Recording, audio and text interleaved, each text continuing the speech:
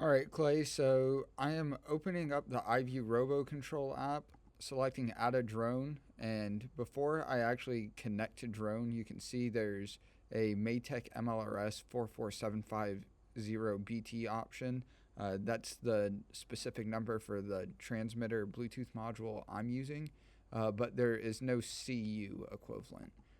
That's because I went up into my Bluetooth settings here, and I'm going to open them up. I disconnected and forgot this device to show you how you can get a reliable connection established. However, there still are some limitations using these modules with Mac computers. I have not found workarounds or how to, I guess, bypass those limitations completely. And those are documented in some forums as well. If I can, I'll pull them up and include this in the email that I'm sharing the screen recording as well. But in any case, I'm going to select connect. You'll need to enter in the pin code, which is 1234 by default. And then, at least using the iVue RoboControl app here, we're using the CU option for this module. And you can see right away we get a connection. And now this connection is totally reliable.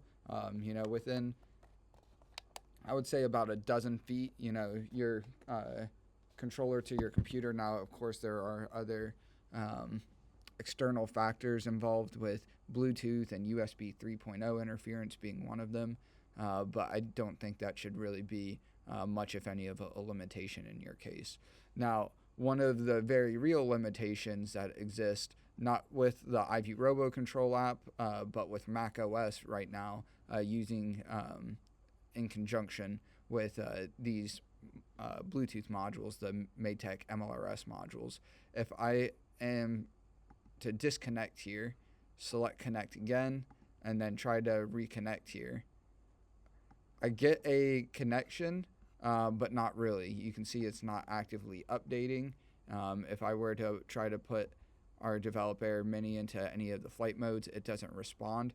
And that's because you actually just have to totally disconnect from the Bluetooth module via the macOS operating system and reconnect, and actually having to re-enter the pin code. But if I go ahead and reset the permissions for my web browser, it looks like that was actually already done. I go back to the Bluetooth settings,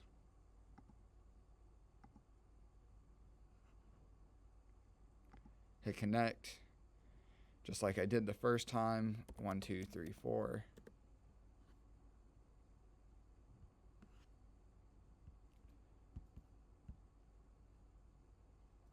And now we have another solid, reliable connection. So hopefully this helps. Of course, feel free to get back to me with any questions. Now, this problem of having to manually disconnect and reconnect via the operating system does not exist via Windows computers nor Android phones or tablets. So if you want to try to bypass this problem completely, try one of those devices, but I'm not sure what else can be done to bypass the problem that seems to exist with the Mac OS operating system. So again, hope this helps. Let me know if you have any questions. Thanks.